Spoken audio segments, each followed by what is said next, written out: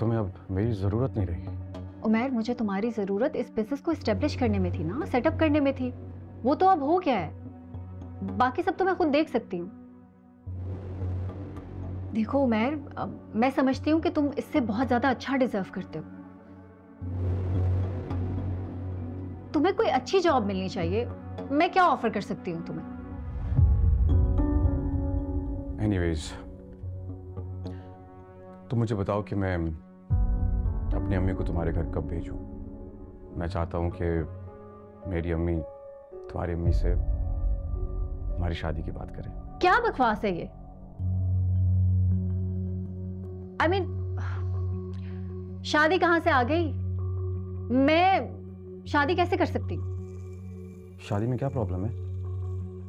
तुम अच्छी तरह से जानते हो कि ये काम मैंने कितनी मुश्किल और मेहनत से शुरू किया है। कितनी मेहनत की है मैंने यहां तक पहुंचने में। इस वक्त मेरी जिंदगी में एक ही ख्वाब है, एक ही ख्वाहिश है मेरी कि मैं इस बिजनेस को आसमान की बुलंदियों तक लेके जाऊं, अपना नाम बनाऊं, पहचान बनाऊं। हाँ तो बनाओ ना, अपना नाम मकाम बनाओ। मैं तुम पे पाबंदी नहीं लगा रहा हूं, मैं तो सिर्फ रिश्ते की बात कर रहा हूं तुमसे। रिश्ता? रिश्तों से किस तरह से एक्सप्लॉइट हो रही हूं मैं जानते हो ना। फिर भी निभा रही हूं वो रिश्ते में। अब मजीद नहीं होता मुझसे। तुम मेरी मोहब्बत को उनसे कंपेयर कर रही हो। जमीन आसमान का फर्क है यार। तुम्हारी मोहब्बत खून के रिश्तों से बढ़कर है? नहीं है, उनका पलड़ा भारी है। एनीवे, मैं इस वक्त कोई कमिटमेंट नहीं कर सकती। मेरी जिंदगी में इस वक्त शादी मेरे फ्यूचर प्लान्स का हिस्सा नहीं है। जुड़े बस फाइन, बहुत सारा काम था, थक गया था, लेकिन उस सब के बीच में एक ही चीज अच्छी थी, तो बहुत मिस किया आज मैंने तुम्हें दिन भर। मुझसे ज्यादा तो मिस नहीं किया होगा आपने। अच्छा, और तुम्हें ऐसा क्यों लगता है? और लाइन में कर देती हूँ।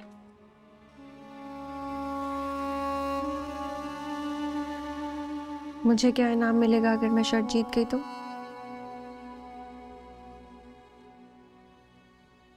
मुझ समेत मेरा सब कुछ तुम्हारा है।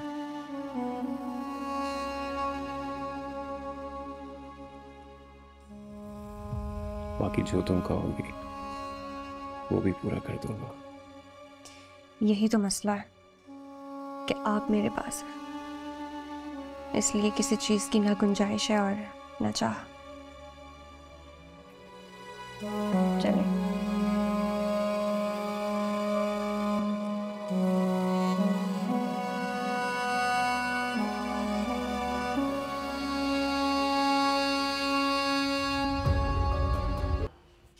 मैं अंदर आ सकती हूँ?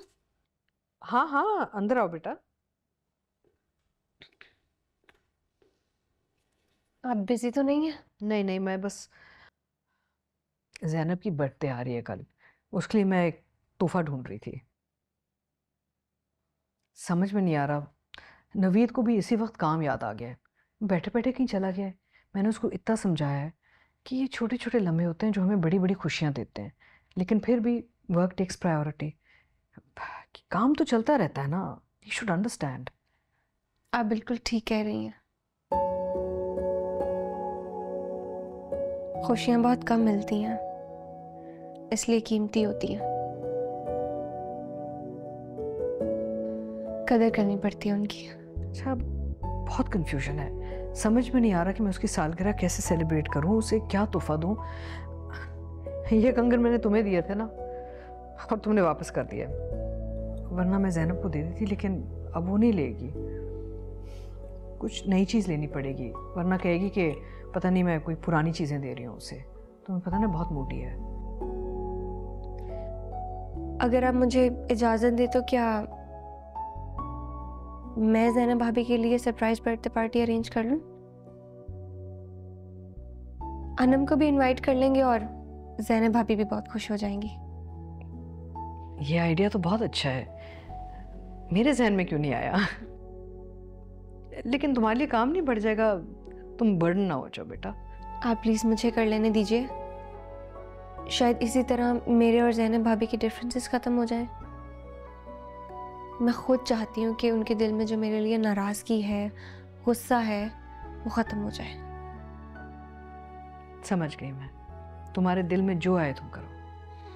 Thank you so much. अच्छा, कल मेरे साथ बाजार तो चलो, मैंने उसके लिए कोई गिफ्ट लेना है। आई हैव नो आइडिया कि क्या लूँ, तुम मेरी हेल्प कर सकती हो। जी बिल्कुल, मुझे भी उनके लिए गिफ्ट लेना और बर्थडे के लिए सामान। लेकिन अगर हम दोनों चले गए साथ तो वो सोचेगी नहीं कि क्या हो रहा है, शायद सरप्राइज खराब हो जाए।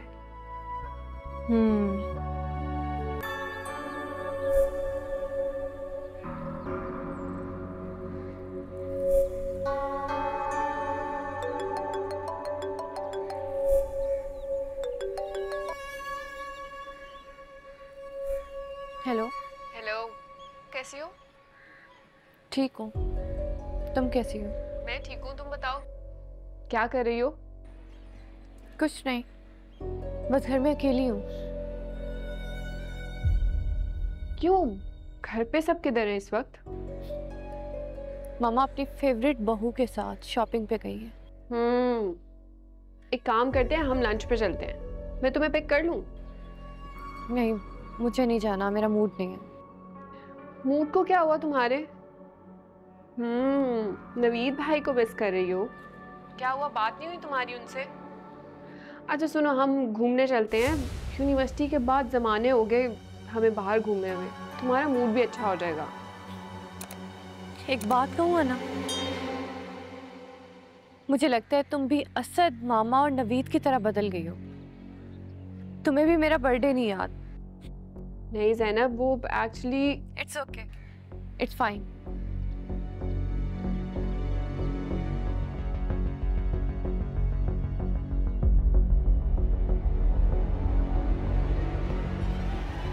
जी, मामा ने भी मुझे मुसीबत में डाल दिया है।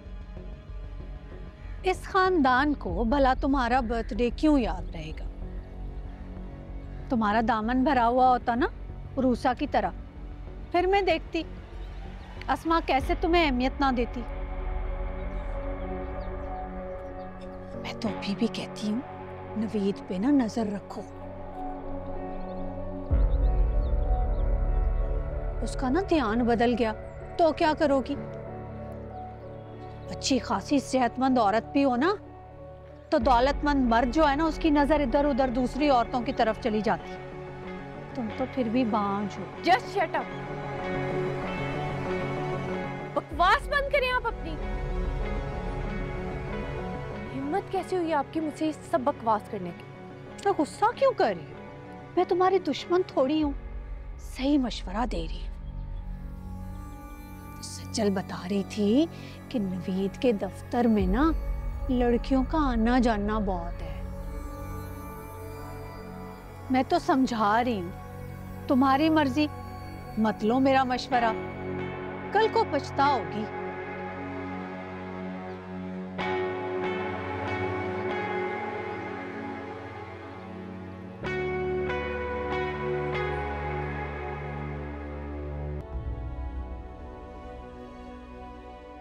लफ्ज़ों में मैं बयान भी नहीं कर सकती।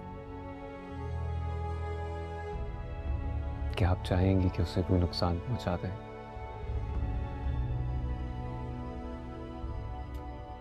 या क्या ये नफरत और बदगुमानी की भेंट चढ़ जाए?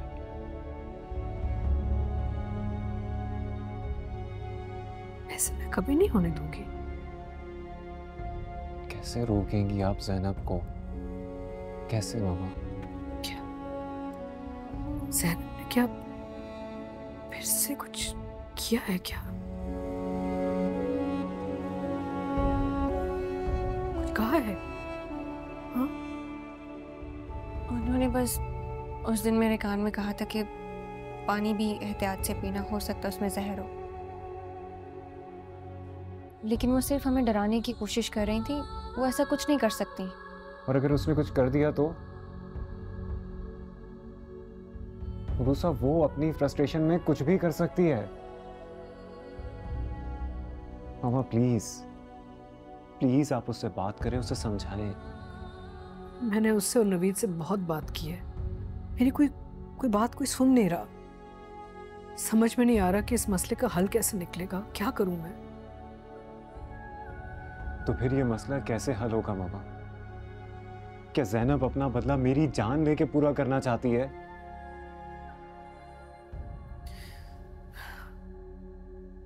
मुझे तो एक ही सलूशन नजर आ रहा है। असद, तुम अरूसा को लेके ना इस घर से चले जाओ बेटा।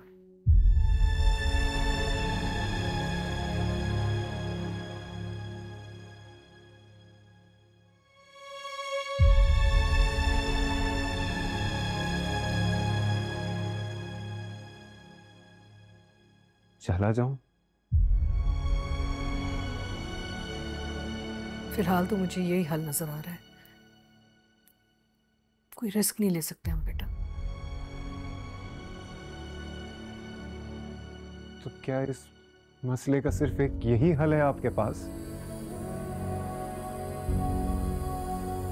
और कुछ समझ में नहीं आ रहा। बस थोड़ी देर के लिए ले जाओ।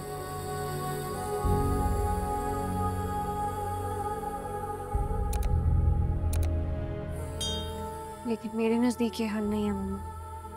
क्या आप सच में चाहती हैं मैं और असद आपसे दूर चले जाएं? मैं ये नहीं चाहती, लेकिन अभी जो तुम्हारी कंडीशन है ना, जिस हाल में तुम हो, मैं कोई रिस्क नहीं लेना चाह रही। मैं नहीं चाहती कि तुम्हें या तुम्हारे बच्चे को कुछ हो बेटा। बेहतर होगा कि कुछ देर के लिए असद तुम्हें लेके चला जाए। आपको क्या लगता है ज़ैनब भाभी किसी को नुकसान पहुंचा सकती हैं? किसी की जान ले सकती हैं? आप तो उन्हें इतने सालों से जानती हैं, कुछ तो देखा होगा आपने उनमें, जो आपने उनको अपनी बहू बनाया। पहले की बात और थी रूसा, मगर अब वो बदल गई है।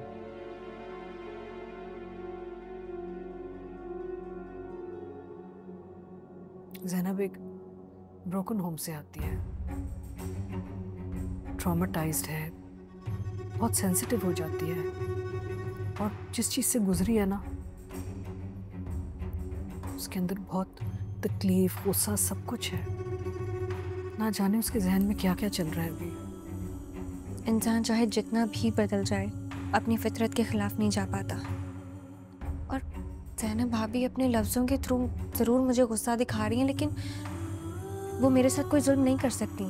रूसा बेटा, तुम्हारे लिए और तुम्हारे होने वाले बच्चे के लिए बेहतर है कि तुम यहाँ से चली जाओगे।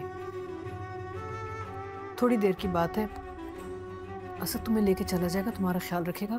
तब तक मैं यहाँ पे कोई हल निकाल लूँगी ना। और जिस कंडीशन में तुम हो, मैं नहीं चाहती कि तुम या तुम्हारा होने वाला बच्चा जो है ना, वो इस टेंशन में रहे। टेंशन बहुत बुरी चीज़ होती है होने वाली माँ के लिए। मामा, मैं और असद इस घर को या आपको छोड़ के कहीं नहीं जाएंगे।